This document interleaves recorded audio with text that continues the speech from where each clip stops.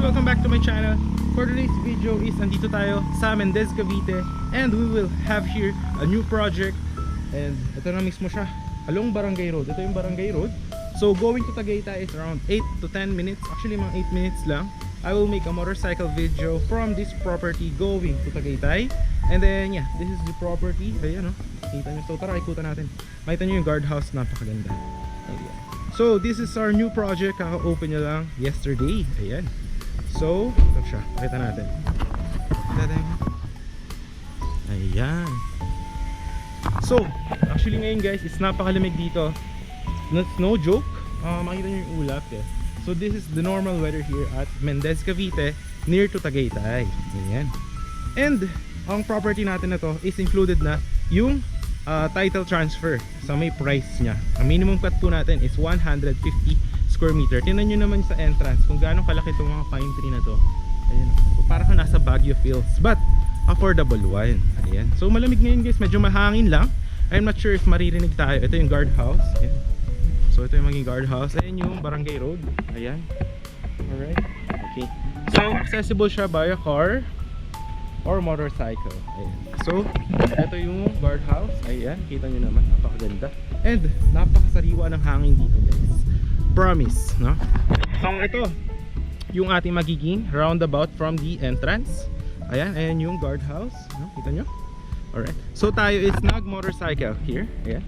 Tayo is nag-motor. So kakabit ko mamaya tong camera dito sa helmet. And then we will be traveling from this property going to Tagaytay para makita nyo kung gaano siyang kalapit. And ang lapit niya lang sa may municipal hall, sa bayan, palengke, school, hospital. And if you want to go on Shopee, Lazada, is abot po to, Foodpanda and Grab. Ayan.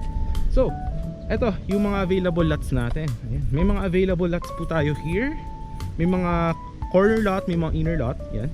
So included na yung sa price yung title transfer. So free transfer title na siya sa future.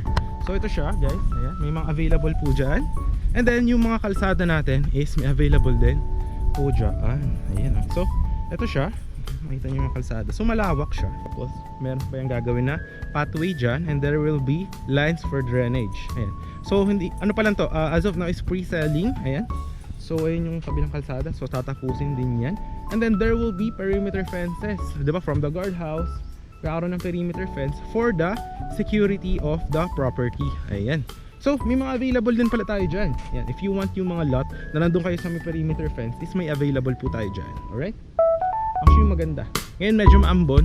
Around 12 noon. 12 noon yun, pero tinan nyo naman yung weather, diba? So malamig siya. And I assure you, because this property is around 490 meters above sea level. Tagaytay is around 500 meters above sea level. So actually the same weather lang naman din siya. And here, yeah, may mga available lots din tayo dito. So from the entrance, we have available lots here. And then ito yung roundabout. Mamaya papakita ko sa inyo sa end of the video yung motorcycle video from this property going to Tagaytay. Okay? But siguro para ma-appreciate nyo muna yung property is I will show you yung ating drone shot that you will see here. 3, 2, 1. Ito po yung drone shot ng ating property.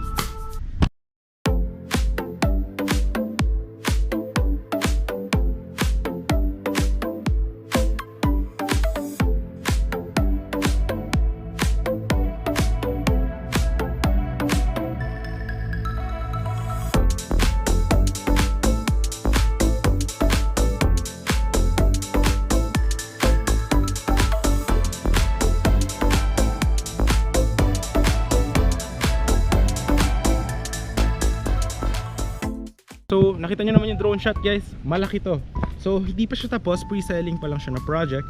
So gagawan pa yan ng marami pang concrete roads and mga perimeter fences, drainages. So yeah. And then upon full development is any house design upon full construction. Yeah.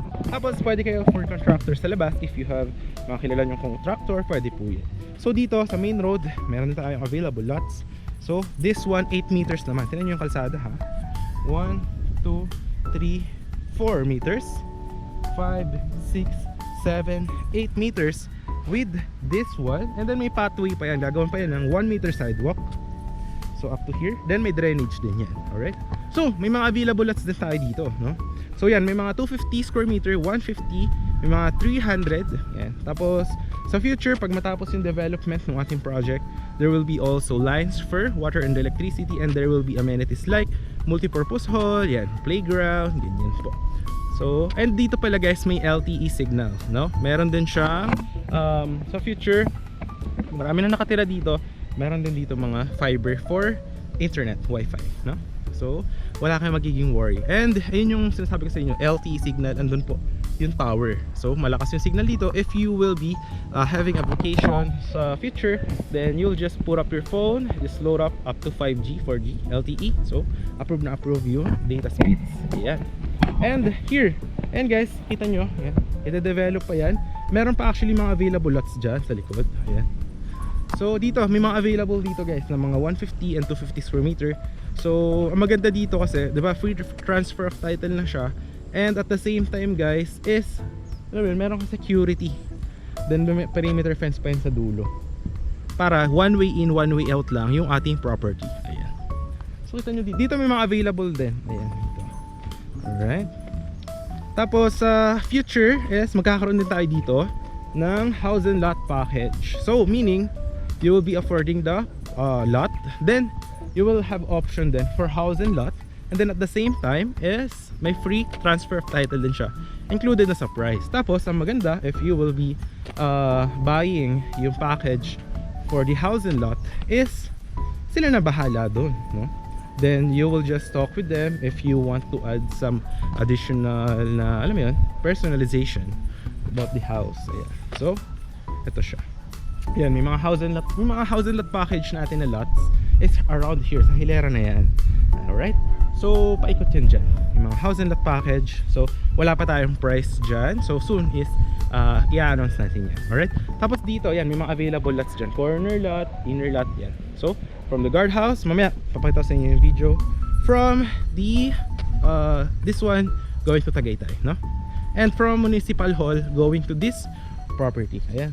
So yung mga house and lot package din, actually maganda, no? Tingnan mo, isipin mo, you have, kasi minimum cut dito is 150 square meter. If you have 150 square meter, lot dimensions probably 10 by 15 meters. So if you're having a small house, then I mean, rest house mo siya. If you are from Manila, you want to alam mo yun, live in a property or a place na malamig yung weather, and then pwede mo pagawa ng any house design, swimming pool, parang rest house mo siya away from the city, and have here ng cold weather Tagaytay feels, but at an affordable price. Because if you will be going to Tagaytay, ang mga pricing po ng mga lots doon is around 13k, 15k per square meter, 18k, 20k depending sa location. Ayan. So ito yung mga sinasabi ko sa inyo na feature, magkakaroon ng mga house and lot package yan. So wala pa tayo dyan pricing. So dito may mga available tayong lots. Ayan.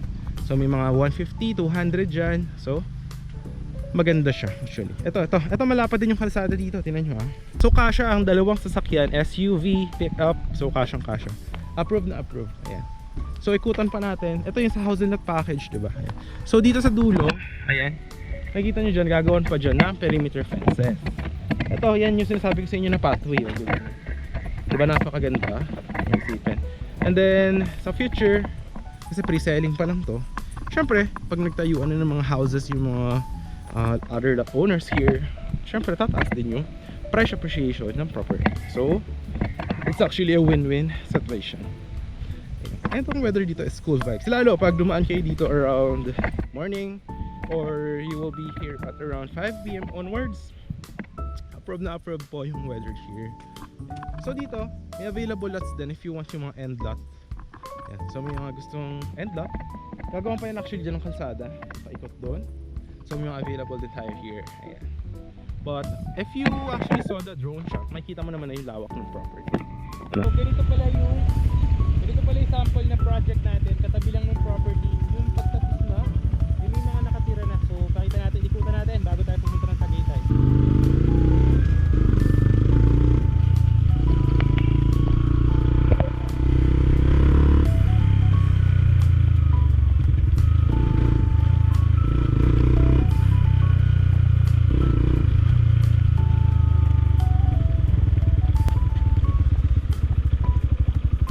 Yes, ito yung isa sa inikutan natin na katabi lang nung project natin na bagong open.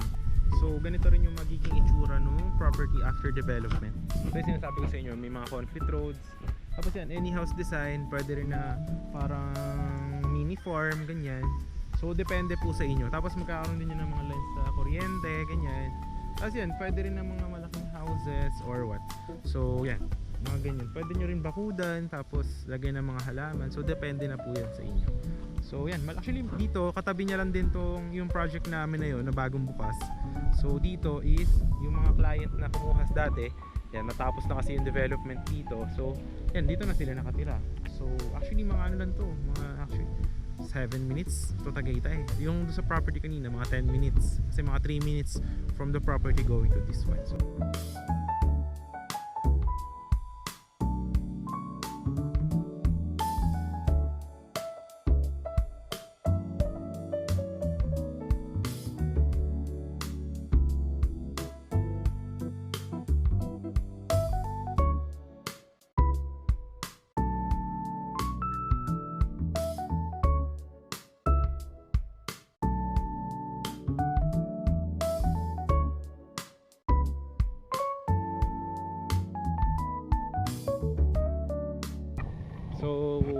that sums up.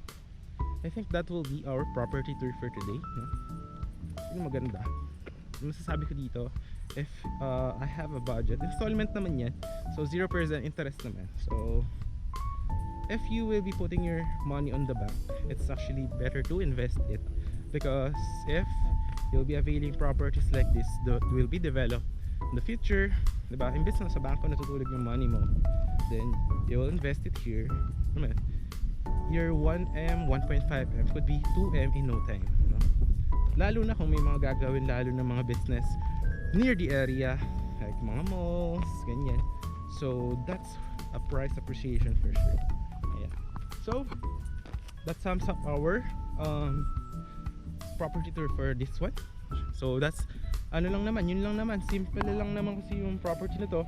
So nothing fancy, walang mga clubhouse, just multi-purpose hall for the future, parks and playground. So that's it, no? Simple lang. Alright.